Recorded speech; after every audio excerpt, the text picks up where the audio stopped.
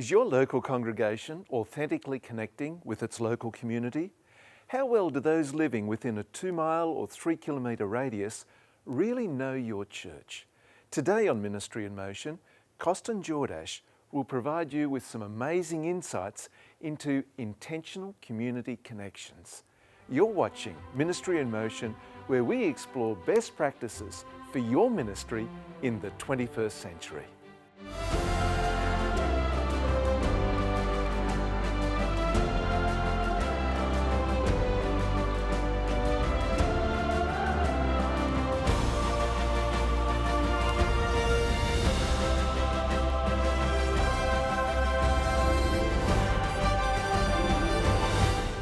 Costin, you love to connect with the community and you're looking for intentional opportunities to connect. Where does all of this start? Where does it begin? I guess for me, it begins with Scripture. It begins with the biblical record, leaving us clues as to what God intends us to do in the world in which He has placed us. One of my favorite narratives is in Acts chapter 1. This is where Jesus is gathered there together with not only His disciples, with some followers as well. And this is the moment right before His ascension. And after He ascends, the disciples and the followers of Jesus are literally staring into the sky. I imagine the two of us would have as well. Exactly. And they were literally staring for such a long time that two angelic messengers appear and say to them, "Why are you staring into the sky?" And then he said, this same Jesus, right, is going to return the same way you saw them. And implied in that nudge is get back to earth where your mission, ministry, and purpose are. And it's really interesting that just moments before, Jesus had given them this very interesting set of instructions, because the disciples had asked Jesus about the future. "Is this the time, Lord," they asked Him, "when you will restore the kingdom of Israel?" Still looking for that literal kingdom to be restored. And Jesus, it's quite humorous, He basically says, "None of your business." Yeah. Right, this is the Father's business. Yeah. None of your business. Yeah. And then He says, "But let me tell you this, you will be my witnesses in Jerusalem and Judea and Samaria and to the ends of the earth." And so you ask me, where does it start for me? When I saw that entire narrative, but specifically those instructions that Jesus left with the disciples, I realized that He was drawing concentric circles of community involvement, concentric circles of intentional mission within our communities, because Jerusalem was the backyard.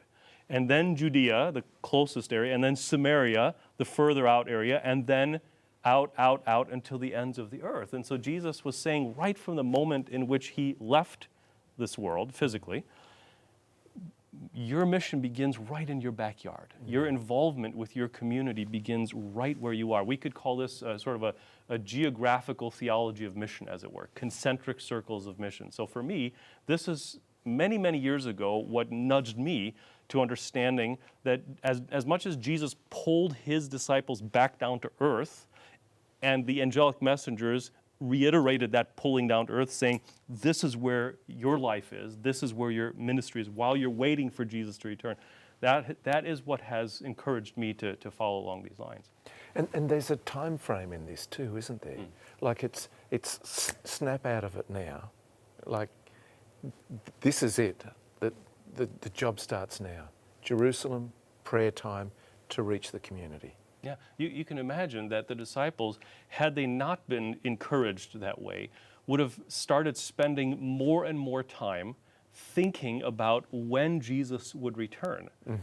It's an interesting proposition for communities of faith that may have their focus on the return of Christ, which we believe is soon and imminent and sure, but Jesus is reminding them in that very moment in which He ascends, your work, your engagement with the people around you, it begins, as you say, right here and right now. Yeah. Now, using this and knowing this as your foundation, Costin, what kind of has it led you to in your life experience? So early on, knowing and understanding these principles, I developed in pastoral ministry a perspective that I call the 2-mile radius. And it's a perspective that I applied mostly at the local church level, and that I would teach the leaders of that local church to reflect on and hopefully to adopt. The 2-mile radius basically goes like this. Any local church, anywhere around the world, exists within a context. Right. And for those that use kilometres, so a 2-mile radius is about 3 kilometres. Yeah, yeah. I appreciate that global worldview. Okay. Thank you. That small radius, whether in kilometers or miles, reminds us that around a local church exist many, many, many different people that exist in various contexts, either a residential neighborhood with lots of homes or apartment buildings, townhomes, lots of businesses. There are many, many small businesses around the world, wherever we are in local churches. And what I would encourage our church leaders to consider is forget the city for a while. For instance, Dallas, Texas was one of the first areas where we really, Leah and I pastored that church together, my wife Leah and I, and this is one of the first things that we sort of developed there in Dallas. Forget about Dallas. It's a very large city. We're going to focus on this small radius. The immediacy right around the church. Absolutely. And we literally, 2 miles or 3 kilometers, we literally mapped it out, and we said, this is where we're going to focus, and we will learn who the people are, and we will learn what's important to them. So what did you do? All right. So one of the first things we did is, after we realized that around the church were about 17 art galleries. You can see where this is going. The Dallas First Church was located in uptown Dallas that was surrounded by 17 art galleries of different sizes. And we thought As in paintings? Yes, absolutely. Yeah. Paintings and sculptures and you name it, various forms of art. Right. And we discovered this one time as we were participating in an art walk. In an evening, you're given a map and you go from one to the other, and little hors d'oeuvres are served, and you walk in and you just look at the art and you engage with people around you. And we thought, this community speaks the language of art. You know, I've just got to interrupt you. When I think of Texas, I don't think so much of art. Texas for me it's big, Yes. it's bold and brash, it's cattle. That's right. When I was there, it was barbecue. I don't normally think of the finer details of life. Like, keep going. So, were you shocked by this when you discovered this, or you were half expecting it? No, to a degree we were, because of course that part of Dallas, first and foremost, had not always been a place that you would feel even safe in. But it had developed to such a degree that number one, Leah and I couldn't even afford to live in uptown Dallas where the Seventh-day Adventist Church was. And then what we didn't realize is that over the years, somehow all of the artists had sort of taken up residence in and around that area. And so these art galleries had sprung up. We were quite impressed. And by the way, Leah and I have spent over 20 years in Texas, and so we can definitely say, yes, you're right in your assumption, and that there were some cowboys pictured here and there throughout the art galleries. So definitely still Texas. So we realized this community speaks art. It's a language. And how do we speak that language? In ways that communicate we are here as part of this community. We are Christians in this community, and we want to tell you that So we started what was called the Celebration of the Arts. And it started small. And what we did is we encouraged all of our members to bring various pieces of art that they had worked on. It's amazing what happens when you tell people, look, it doesn't matter how good it is. If you consider it an art form or an expression of art, bring it. And so that first year, we had, I would imagine, 50 pieces of art from our members and then from their friends that they told about. And we turned the entire church into an art gallery. The entire weekend was dedicated to art. On Sabbath morning, we had an entire program that was focused on the intersection of faith and art. We looked at scriptural perspectives. We invited special guest speakers from all over the nation to speak to us about this intersection, and we invited the community to participate in this dialogue about art and faith and how the two work together. Because faith is often featured in art. You know, like it's often a passion of artists, it's a passion of the community that bubbles out into that expression of art. This is fascinating. Don't let me interrupt you. Yeah, Keep no, going. no. And one thing that we explored is that faith communities back even in the Middle Ages dominated the art forms. And so where's the faith community now to continue that tradition, to say our expression of faith takes shape in art forms as well as various other kinds of forms. So then in the evening, on Saturday night, so we had a Friday evening and all day Saturday morning, and then Saturday night, we would transform all of the Sabbath school rooms, all the study rooms, into black velour draped art galleries with lights from the ceiling being shown on paintings. And we had people in tuxedos going around with hors d'oeuvres. And we invited the entire community to come and participate in this celebration of the arts, a local church putting on essentially an art gallery and making relationships. This was, by year 3, so successful that we had over 150 pieces of art from individuals who'd never even stepped foot in a Christian church before, who wanted to be part of the weekend. And we also invited judges from the local Dallas Art Institute and various centers of art to judge some of the works and let us know what they thought were some of the most memorable pieces of art. All this happened within the scope of weekend. And I'll never forget one of our members at the Dallas First Church. He said, you know, I've had a heart for my boss and his life, and I've invited him so many times to join me here with my family at church, and he's always turned me down. He says, 10 years I've been trying, and my boss is here tonight. Wow. I'll never forget that moment. Now, you talked about 150 pieces of art and the judges. And when I think of, without trying to be stereotypical, even though I've just talked about Texas, I don't necessarily connect the artistic community coming to our typical evangelistic outreach, kind of like the church member's boss. Sure. So what was the response from the community to the black background, the ceiling lights, the hors d'oeuvres? How did they respond to this? Well, again, if we remember that we were surrounded by 17 art galleries to begin with, to them it would have been a fairly normal experience.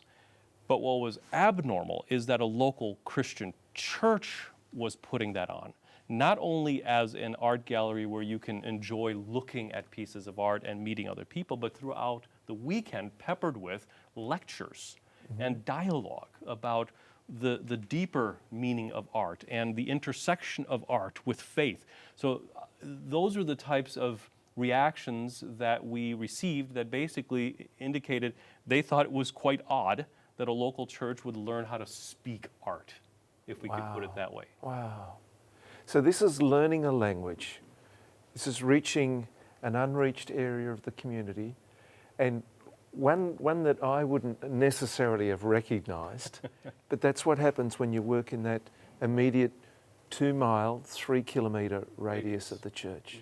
Wow. What happened next, Costin? So from there we began to understand that the more we met different people within our community and, as I mentioned earlier, businesses, small businesses in the community, that we could create meaningful relationships that communicated that the Christian church, in this case the Seventh-day Adventist Church, cared about them. I'll never forget the guys from Fadi's Mediterranean Grill, right? And so Fadi's was one of those places that a lot of Adventists loved, because even though you could get the kebabs, you know, in various meat qualities and shapes and sizes, they also had a phenomenal vegetarian spread. Right. And so because of that, little by little, we got to know the guys from Fadi's, and then we would have them cater events at the church, to the point where it was almost somewhat embarrassing. When I would walk in as just a patron, they would say, "You are not paying for food today." And they would serve me up a free meal from Fadi's. Why? Because they fully understood that the church had gotten to know them, valued what they brought to the community, and reciprocated by actually creating economic value for them. And so they began to really appreciate the Seventh-day Adventist Church in tangible ways. Wow, wow. Now, you talked before about Acts chapter 1, but after Acts, there's a whole lot of Pauline material. Right. Does something come to mind from Paul's material that may have had a hand in what you were doing? Paul does spend a lot of time talking about this relationship between believers and between groups of believers, we call local churches, and their immediate context. One thing that comes to mind is in 1 Corinthians 9, where Paul spends a lot of time talking about, I become all things to all people. That's an amazing model that I'm not sure we've spent enough time really fully understanding. And he goes into detail about how he personally becomes all things to all people, so that by some means he might essentially create meaningful redemptive relationships. He unpacks that in his context, he's able to do that in certain ways. But the question is, how could we do that in our context? How do we create this? We could call this a contextualized theology of mission. How do we create opportunities in which we get to know our communities, in which we get to know the people within our communities in highly contextualized ways, ways in which we don't become one thing to all people, which we've tried in the past. This is who we are, and if you're interested in this, you come to us, versus understanding who those in our community are and becoming those things to those people, letting them know, hey, we actually share the same values, and here are a shared set of values on which we can dialogue or get together on and see how things develop. So let me ask you, though, and if you don't mind me probing here. No. So how did it look authentic to the local community, or did it look disingenuous? Do you know, how did you balance that so you weren't just interested in art for the evangelistic purpose? It was a genuine interest. It's actually a very, very good question, because if we are not intentional and careful about it, it could actually become a form of manipulation. The idea here is to actually look at people through the eyes of Jesus. If you think about it, all it takes is one good reading through the Gospels, at least through the four Gospels, to understand that Jesus truly genuinely cared about people. His engagement with people was predicated on his love for them. He wasn't manufacturing moments. He wasn't trying to manufacture a relationship that he could sort of hook them with. Jesus truly cared about people, and ultimately, this materialized in very meaningful interactions. Jesus, wherever he was, ended up having these very meaningful interactions with people, which allowed them to ask for more, or to inquire further of Jesus about what drove him, or can you explain what you just said? So the answer is, how do we move past this idea that we're doing something because we want a particular outcome, to doing it because we legitimately and genuinely care about people? In other words, here's how I would break it down. I have a neighbor, a real neighbor, on either side of our house. I get to know my neighbor not because one day I hope to witness to him, but because I value my neighbor as a human being created by God in his image. Yeah. I get to know my neighbor. We share all sorts of stories and experiences together. And maybe at one point in time, there'll be and I've never found this not to be so. There'll be a moment, an organic moment, a genuine moment, in which I can share my faith, in which I can share what drives me, in which I can share my love of God, all of that comes around in a very natural and organic way rather than in more of a sort of a manufactured way. That's, I think, what Jesus modeled for us and what we hope to achieve by being intentionally and purposefully involved in our communities. You know, when you put it that way, Costin, you're bringing that 2 mile, 3 kilometre radius pretty close. That radius is now measured in terms of inches or centimetres when you're talking about the immediate neighbours. Yeah. So it's that genuine love, and without wanting to manufacture, to control the conversation, to get it where you want it to be, but just organically letting the relationship grow. Is that what? We could call that the relational theology of mission. In other words, we find that mission most effectively travels along relational lines. And sometimes we try to push it, and sometimes we try to manufacture it, and sometimes we actually don't really even care about the person, but we care about our goal. Can I share a story with you? Please do. One of the most memorable moments in our early days of marriage for Leah and myself was when we celebrated our first wedding anniversary. And we wanted to make it extremely special. And so we dressed up like $1 million, even though we couldn't afford the $1 million, right? And so we chose a restaurant that didn't even have the prices on the menu. It was one of those restaurants. And we thought, for this one night of our lives, we're going to just really, really experience it. And this is, we were living back in Texas, in Austin, Texas. And we found ourselves sitting at a beautiful outdoor table, enjoying this menu without prices. And suddenly, a man walks up to us, very well dressed. And he says to us, "Hey, my wife and I were sitting in the other part there of the restaurant, and we noticed you guys. You look like $1 million. You look like you're having a lot of fun. We would love to get to know you guys." Wow. You'd never met this guy before? Never met this guy before. And we felt really special at that moment because we were new to Austin, and we thought, wow, we get a chance to meet some people here in Austin and have some experiences that maybe we wouldn't have had if we had to figure out the city on ourselves. And this man seems like a gentleman, and it would be fantastic to get to make some friends.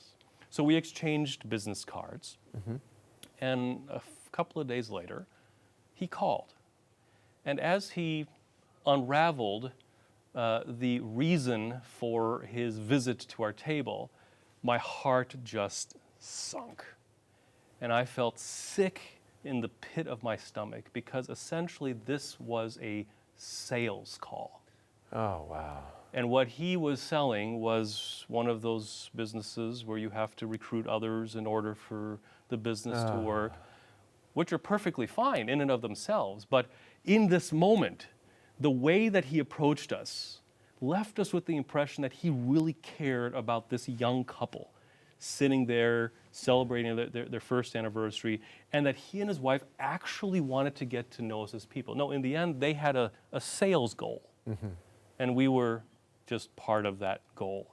This is what we're talking about here. How can we begin to reframe the way that we look at people, to see them through the eyes of Jesus? Yeah. So how do we do that, Costin? Share with us practical tips on how it isn't a sales pitch, how it is that the Jesus motive without the hook. First of all, walk around. Let's start with that small radius. Walk around that radius. Get out of your car, start walking. You will begin to experience your neighborhood, your community in ways you've never experienced in your car. And as you walk, stop. Get to know local businesses. Walk in and get to know the owners. Introduce yourself as new to the community. I'm just here to get to know my neighbor. As you do that, organic relationships begin to form little by little. Attend town hall meetings and city council meetings where you begin to understand what's important to that community and begin to say, hey, these are some of my shared values, and engage yourself there. And finally, for those who are on smartphones, there's many apps that connect you to your neighborhood, including one called Next Door, in which you connect to your neighborhood and you find out what they're talking about and what's important to them. So for those people that are a little hesitant, you know, like what would you suggest, other than saying you're new to the community, what would be some of the icebreaker conversations that you would start if you're just walking around, so that you're not misinterpreted as somebody that's a bit strange or something like that? Sure, absolutely. Of course, you could always begin by saying, let's say you're either a local pastor or a ministry leader, an elder in a local church. You could very easily say, I'm walking around starting to understand better our community and its needs. So is there anything that our local church could do for you? Do you have any needs? We have members, we have resources, we have time. What could we do for your business or for your neighborhood or for your apartment complex? Is there anything we could do? So it sounds like you're being very proactive, very upfront, that you are there from the church. You're not just there talking about the weather. You're not just there talking about social issues. You go as a member of the church. Now, I would never shy away from that. Now, there are moments in which you certainly could just start a conversation about the weather and begin making relationships that way, but I would never shy away from saying that our church is part of this community and we want to know how we can serve. Are there any ways that we can participate in what's important to you? And again, you never know how things develop from there in terms of critical partnerships in that community where the local church can participate. Of course, within your local neighborhood, that looks a little bit different, but you could always ask the same question. Again, is there anything our family can help you with? Yeah. You know, what's really hit me, Costin, is the immediacy of it. The 2-mile radius, 3 kilometres, your immediate neighbour, getting out of your car, and may I add, the comfort zone, and walking, and just being prepared to speak and to meet. That's powerful. That speaks a lot to me. Yeah. That's what it boils down to, essentially. Costin, thank you. Thank you so much for sharing your experience, your expertise, and coming on Ministry in Motion. It's been an honor. It's been an honor, Anthony. Thank you. Thank you. Thanks so much for joining us on Ministry in Motion today, where Costin Jordache talked us through the value of intentional community connections. In today's program, we learnt that your mission begins in your backyard, where you are. Secondly, focus on a 2-mile or 3 kilometre area around your church. Understand the geographical, social and cultural context. The third point that we learnt was contextualised outreach attracts people who may not enter your church through traditional evangelistic methods. The fourth point was that meaningful relationships with businesses enables them to appreciate your church. Our fifth point was shared values, connect with your community. Our sixth point was focus on genuine, organic friendships, and natural opportunities to witness will come. Thanks once again for joining us, and may God richly bless you and your ministry.